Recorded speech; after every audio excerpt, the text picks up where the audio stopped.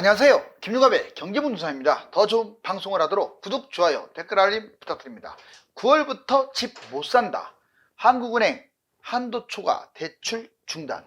9월부터 사실상 대출이 중단되거나 대폭 축소되면서 내 집 마련을 하는 분들에게 초비상 상황입니다. 이미 1금융권에 할당된 목표 대출이 초과했으며 시중은행이 말도 안 되게 7월 달만 17차례나 가산금리를 인상하였으며 9월부터 스트레스 DSR 2단계가 진행되기 때문입니다. 기준금리는 내리는데 시장금리를 말도 안 되게 올리는 바람에 소상공인과 중소기업이 부도가 나는 등 이미 PF대출과 정책대출, 전세대출, 집단대출 일부가 중단되었고 이금융권도 부실대출을 차단한 상황입니다. 유료상담은 010-2616-6276으로 제가 직접 네타임과 입지를 전해드립니다. 지금 바로 전화 주십시오. 자, 이제 9월부터 집을 못 삽니다. 한국은행 한도 초과 대출 중단. 상당히 심각한 상황이죠. 자, 지금 은행이 이렇게 붕괴되는 듯한 모습인데 여기 보실래요? 자, 9월부터 대출 못 받는다. 이게 뭔 말이냐? 5대 은행 가계대출 증가율이 목표치를 넘었습니다. 목표치를 넘으면 이제 대출을 거의 안 해주겠죠. 자, 대출 못 받는다. 목표 초과. 그리고 금리 인상. 기준금리는 내리겠지만 시중금리를 올린다 이 말이에요. 가산금리를 올려가지고 스트레스 DSR 2단계가 또 적용돼요. 이거 미뤘었잖아요. 먼저 목표 초과 5대 은행 가계대출 6월 달에 4.3조가 증가돼요. 와, 진짜 많이 늘어났네요. 그런데 7월 달에는 더 가관입니다. 증가율이 원래 목표치가 2%였는데 2%를 훌쩍 뛰어넘었고 6월달 4.3조, 7월달 5조. 8월은 또 어떨까요? 지금 거래량이 많으면 많을수록 부동산 좀 대출도 증가하는 거예요. 금감원이나 한국은행이나 특단 대책이 필요할 수밖에 없는데 유일하게 대출 금지밖에 없어요. 지금 한 번에 금지하게 되면 이게 문제가 생기니까 일단 단계별로 진행하겠죠. 금리 인상. 자, 7월, 8월 달에 이 가산금리라고 있죠. 가산금리를 조정하는 방식으로. 왜? 코픽스, 시중금리는 내려갈 수밖에 없어요. 지금 금리 인하에 대한 기대감 때문에. 그런데 이 가산금리를 대폭 올려가지고 여러분들 주담대라든가 기타 대출을 올려버리는 그런 효과를 가져오는 거죠. 한 달 반 동안에 5차례 연속 주담대 인상, 기준금리 인하, 코픽스 금리 하락으로 이게 변수가 지금 생겼어요. 생각해 보세요. 금리를 지금 시중에서 금리를 계속 인상하는데 기준금리는 이거 볼 것도 없이 이제 9월부터는 내려갈 것 같은데 10월이나 또 코픽스는 미리 지금 다운되고 있잖아요. 그런데 얘하고 역행을 한다? 글쎄요. 자, 스트레스 DSR 2단계 적용되면 가산금리가 급증하면서 약 10에서 20% 사이에 대출이 줄어드는 효과를 가져와요. 9월 1일부터 수도권, 특히 수도권은 더 강화시켰어요. DSR 스트레스. 자, 금리 0.75에서 1.2%포인트를 올렸습니다. 자, 무주택 저소득층 수도권 대출 급감하겠죠. 이제 돈 못 벌면요 집도 못 삽니다. 비례해 가지고 이제 스트레스 DSR이 적용되게 되기 때문에 본인이 대출을 많이 받아서 집을 사는 시대가 쉽지가 않아요. 여기 보시면 근거 자료를 보여드릴게요. 5대 은행 가계대출 잔액과 2단계 스트레스 DSR 보시면 1월 달부터 쭉 6월 달까지 어떻습니까? 0.4, 0.49, 0.17, 0.81, 1.56, 2.28 꾸준하게 올라갔고, 자 692억 원이 쭉 올라서 707억 원까지. 와, 어떻습니까? 갈수록 이렇게 증가했잖아요. 지금 가계부채를 참는다 했는데도 계속 올라갔어요. 자, 2단계 스트레스 DSR 이게 뭐냐? 자, 24년 9월 1일부터 25년 6월 30일까지 적용되는 건데 보시면 소득 5천만 원을 기준으로 잡아볼게요. 그 전에 스트레스 DSR이 도입되기 전에는 자 5천만 원이면 3억 2,900만 원 정도 받을 수 있었는데 1단계 적용할 때 3억 1,500원을 확 줄더니 2단계 특히 수도권은 2억 8천. 정말 엄청나게 대출이 줄어들어 버렸죠. 소득 1억 원 차주도 이런 식으로 6억 5천, 6억 3천, 5억 7천 거의 1억 원 가까이 줄었네요. 이렇게 됨으로써 실질적으로 대출 제한에 강력한 효과를 가져오는 거예요. 보시면 자, 기준금리 내리는데 대출금리는 올린다? 좀 말이 안 맞잖아요. 엇박자나죠. 시장금리 떨어지는데 주택금리, 대출금리는 올려가지고 엇박자. 다만 스트레스 DSR 이걸 강화시켜가지고 이게 변수다. 자, 먼저 시장금리, 대출금리 변수를 알아봅시다. 자, 시장금리 한 달 금융채 5년물 금리 0.127포인트나 무려 하락을 했는데 하락을 했어요. 또 미국, 유럽이 금리 인하를 함으로써 이제 미국은 이제 예정이고 유럽도 함으로써 코픽스 금리가 무섭게 급락입니다. 하락이 아니라. 그런데 주담대만 올라가고 있어요. 지금 2에서 5%가 정상 같아요. 제가 보기에는. 그런데 이거 뭐 지금 4에서 이제 4포인트, 4에서 6, 7까지 올리고 있어요. 미쳤죠, 완전히. 대출 금리 5대 은행에 자, 5주 가면 7월 달만 17차례를 인상했습니다. 17차례를 인하해도 시원치 않는데 가계부채 심각하고 집값 뛴다는 명목하에 17차례나 인상했다고요. 시장에 완전 역행하고 있어요. 물론 집값이 너무 많이 뛰고 하는 거에 대해서 잡을 필요가 있어요. 진작 좀 하시지. 진작 좀. 7월 2.8에서 5.6. 근데 이게 8월 달 보세요. 어떻게? 자, 주담대 금리가 2.8에서 5.6이 8월 달에 와가지고 3.6에서 6.0으로 올라갑니까? 오히려 거꾸로 가야죠. 1.8에서 4.6으로. 근데 3.6에서 6.0. 이건 말이 안 되는 일이에요. 은행만 노다지 났죠. 은행만. 가산금리를 조정해가지고 주담대를 인위적으로 급등시키는. 자, 변수. 가계부채가 증가하니까 이런 일이 벌어지는 거죠. 비례해가지고 금리 인상을, 시중금리 인상을 하는 거죠. 그런데 문제는 기준금리가 인하되는데 금리 인하가 가속화될 거예요. 계속. 그런데 이런 식으로 시중금리를 말도 안 되게 인상시키면요. 완전히 이게 뭡니까 이게? 어느 정도 것이죠. 틀림없이 부작용 후유증이 아주 심각해질 거예요. 2단계 스트레스 DSR 얘는 가산금리를 인상시킴으로써 금리 인상의 효과를 가져오죠.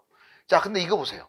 코픽스 금리 추락하는데 주택담보대출은 급증요. 코픽스 금리 3.84 12월 달에 지금 3.42 계속 내려갈 거예요. 이런 식으로. 그런데 어떻게 주택담보대출은 최저가 4포인트입니까? 얼마 전만 해도 3포인트 많았잖아요. 7포인트까지. 은행만 노다지 난 거죠. 물론 부채 늘어나고 집값 뛰어서 이해는 가지만 해도 이건 너무하는 것 같아. 이건 아닌 것 같아. 대출 중단 사례. 자, 그런데 여기서 그치지 않고 대출을 중단한 사례들이 있었어요. 자, 먼저 부동산 PF 기피 현상, 은행권 대출 중단의 당국 감독 확대 보면 자, 건설사 PF를 중단한 사례가 있죠. PF 폭탄이 막 터졌잖아요. 그래서 부실 건설사는 아예 대출을 안 해줘 버렸어요. 저축은행, 상호금융, 새마을금고에서는 아예 차단시켜 버렸죠. 그런 부실 건설사를. 증권사, 보험사 연체가 너무 많다 보니까 일정 부분 비상관리를 하면서 중단한 사례도 있고, 가계다 대출 중단, 농협이 미분양담보 신규 공동대출도 중단하는 사례가 있고, 신한우리 주담대라든가 전세대출 취급을 좀 더 강화시킨 사례도 있고, 대출 한도 규제, 스트레스 DSR을 적용해서 자, 한도를 확 올리는, 그래서 대출 금액을 줄이는 정책대출, 자, 특례보금자리라고 들어보시죠. 이걸 중단시켰고, 지금은 이제 뭐 특정 신생아 대출이니까 한국은행 DSR 예외 대상이 많았었는데 이걸 대출을 아예 금지시켰고, 50년 만기에 사실상 없고, 디딤돌 대출도 판매 중단했다가 비슷한 거 만들었지만 예전만큼은 못하죠. 자, 어떻습니까? 이런 대출 중단 사례가 있었는데 이게 지금은 여기에서 끝나지만 이럴 수도 있어요. 자, 이제 9월부터 대출이 확 줄어드는데 그래도 막 부채가 늘어난다. 부채가 계속 늘어나면 나라 망하는 거 아니나요? 망하는 거 맞아요. 금융위기 터질 수도 있어요. 가계부채가 가뜩이나 세계 최강인데 그렇게 되면 아예 총량 규제 해가지고 전체 모든 대출 중단 특히 주담대를 아예 금지해버릴 수도 있습니다. 그러면 그 공산주의 국가나 그러는 거 아니냐. 뭐 틀린 말은 아니에요. 그렇지만 이걸로 인해서 금융위기 터지게 생겼다. 그러면 그렇게 할 수도 있다고요. 다만 과거에 그렇게 한 번도 완벽하게 대출을 중단해 본 적이 없거든요. 그래서 아마 그 과정상 몇 억까지는 중단하고 뭐 이런 게 나올 거예요. 돈 없으면 집을 못 사고 이제 돈 없으면 집도 못 사는 시대가 돌아오겠네요. 보시면 신규 대출 사실상 중단. 서민들은 어쩌나. 은행이 중단, 연체율이 급증하면 당연히 중단하죠. 기업과 개인 대상 신용 강화.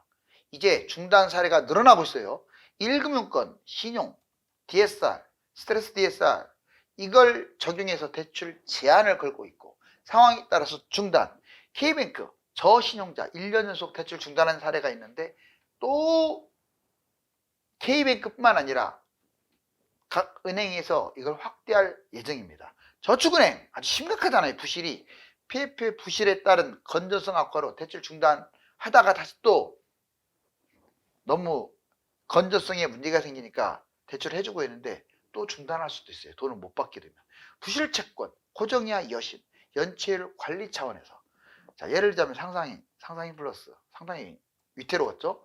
바로 웰컴 등이 그랬습니다. 상호금융, 자 새마을금고, 건설사 공동 집단 대출을 일부 중단한 사례가 있고 농협, 수협, 유동성 리스크 관리로 중단하겠다라고 했고 캐피탈, PF 대출, 저신용자 한마디로 대출을 못 갚거나 대출을 갚을 능력이 안 되거나 대출 자격이 안 되는 사람이라든가 개인이라든가 회사는 대출을 중단하겠다 이런 말이에요. 은행 대출 제한과 중단을 한번 정리를 해봤어요.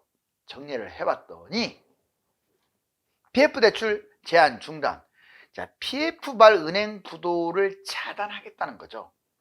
정책 대출 중단, 가계, 기업 부채 위기. 뭐 지금 오죽하면 가계 부채가 늘어나니까 그 좋은 특례보금자리도 중단시켜 버렸잖아요. 그렇지만 정책 대출이라든가 각종 여러 가지 대출로 좀 빠져나갈 구멍을 만들어 놨죠. DSR 강화. 이제 스트레스 DSR 9월달 또 도입을 하죠. 2차 단계로. 예외를 축소시킨다. 예외 많았잖아요. 대폭도 축소시키겠다고 합니다. 전세 대출도 제한, DSR을 적용해서 대출을 대폭 축소시키겠다. 자, 중도금 집단 대출 제한. 이제 그전에는 미분양 나면 다 해줬잖아요. 건설사 부도나 버리면 이거 지금 심각하잖아요. 그 대출도 집단 대출, 미분양 집단 대출도 어마어마한 대출량을 불러일으키는 거예요. 가계부채 온상이 될 수 있어요. 특히 지방 같은 경우. 아예 건설사 부도나는 게 문제가 아니라 대출이 너무 늘어나가지고 더 문제다. 그래서 분양 중도금 집단 대출이 축소될 수도 있어요. 예전에 1,000만 원만 갖고 나머지는 대출, 이자 후불제라 할지라도. 자, 물론 이제 도중에 이자 후불제 같은 경우는 뭐 대납해주죠. 그래서 이자가 세죠. 대출 잡는 중단 부활, 지역, 가격, 유형, 주택수에 따라서 아예 이제 대출 자체를 중단해버리는 이제 최악의 상황인데 지금 그 단계까지 왔어요. 우리나라 가계부채가 너무 심각해서. 자, 한국은행도 기습 발표를 했었잖아요. 이창용 한은총재, 부동산 PF, 신용위험 확대에 주의해야 한다. 자, 이 부분에 대해서는 모든 역량을 다 동원해서 지원하겠다. 먼저 한국은행 기습 발표, 대출 제한 적극 협조. 자, 스트레스 DSR, 금감원의 가상금리 1에 3%를 적용했는데 지금 계속 적용. 이걸 주담대에 적용하다 보니까 말도 안 되는 금리. 자, DSR 40% 이내 수준, 전세대출 등 예외 축소, 가계부채 GDP의 80% 수준으로 낮추겠다. 상대적으로 뭐 가상금리나 이런 것들은 이제 그 고정금리 있죠. 고정금리는 그렇게 크게 적용을 받지 않습니다. 이제 변동금리가 적용을 받죠. 대출 위험 수준, 민간대출 6천조, 4대 은행 부실대출이 2천억이야. 와, 5대 은행 자영업 대출 연체만 1조입니다. 1조. 전제조건. 자, 물가가 안정돼야 하고 금융도 안정돼야 하고 경제 성장해야 하는데 지금 현재 들쑥날쑥은 하지만 큰 틀에서는 물가 안정과 경제 성장 그리고 금융도 부실이 조금씩 엷어지고 있어요. 자, 이런 상황이기 때문에 대출 위험 수준에서 약간 벗어나고 있는 중입니다. 그런데도 금리를 올린다? 이거는 가계부채 때문에 그래요. 자, PF대출 위험 신호 감지 질서 있게 순서대로 정리하는데 박차를 가하겠다. 부동산 PF 정부와 협력을 해가지고 금융 안정에 최선을 다하겠다. 지금 한국은행이 지금 열일하고 있네요. 자, 긴축 유지, 금리 인하 시에 부동산 물가를 자극할 수가 있다. 그렇죠. 여러분들 긴축을 유지하다가 이제 금리가 인하되어 버렸어요. 금리 인상에서 금리 인하가 되면 당연히 집값, 물가 뭐 다 뛰겠죠. 은행 대출 중단, 신용점수 900점도 안 해준다.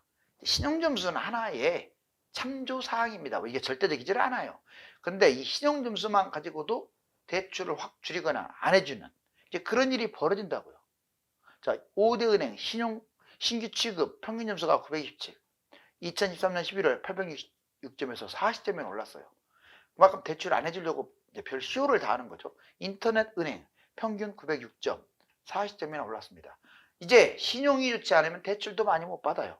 대출 제한, 스트레스 DSR, 금감원이 가상금리를 적용해서 이자를 높이려고 그러는 거죠. 그래야 대출을 안 받는다 이런 뜻이지. DSR 40%. 자, 전세대출 등 예외도 이제 축소시키겠다. 가계부채 GDP 80% 수준으로 낮춘다. 지금 현재 다시 늘어나고 있어서 100이 훌쩍 뛰어넘었죠. 줄기는커녕 늘어나고 있네요. 총량 규제를 부활한다. 이미 50년 주택담보대출 판매 중단했고 주담대 총량 규제, 대출을 강제 규제하겠다는 거예요. 가계대출 감소, 주택억제, 집값 하락. 자, 여러분들 이제 글로벌 집값이 지금 어떻게 가고 있을까요? 다시 말씀드리지만 국내 우물안 개구리로 우리나라만 보지 마세요. 자, 여러분들이 봐야 할 건 딱 두 가지예요. 이게 장기적으로 올라가느냐 안 올라가느냐 이게 중요하고, 두 번째는 이제 첫 번째는 장기적으로 올라가는 곳 위주로 잡아야 할 거 아닙니까? 그렇죠? 자, 그리고 두 번째는 단기적으로 얼마나 이게 지속이 될 것이냐. 뭐 몇 달 뛰고 끝날 거라면 올라가는 것은 안타깝지만 그 밑으로 떨어질 수 있는데 왜 잡겠어요? 그렇죠? 근데 안타깝지만 해외 상황을 봤을 때 돈도 많이 찍어내고 그 다음에 뭐 집값만 뛰는 게 아니라 주식, 암호화폐, 돈을 제외한 모든 것들이 뛰고 있어요. 뭐 물가, 유가 뭐 등등등등 돈을 제외한 모든 것들이 상승폭이 좀 줄어서 그렇지 다 뛰고 있어요. 이게 문제예요.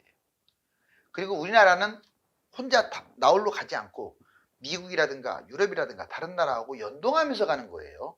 이제 중국하고는 완전 다릅니다. 중국은 무너지고 있는 중이라서 중국의 영향력은 없어요. 집값도 그렇고 주가도 그렇고 좀 벗어났습니다.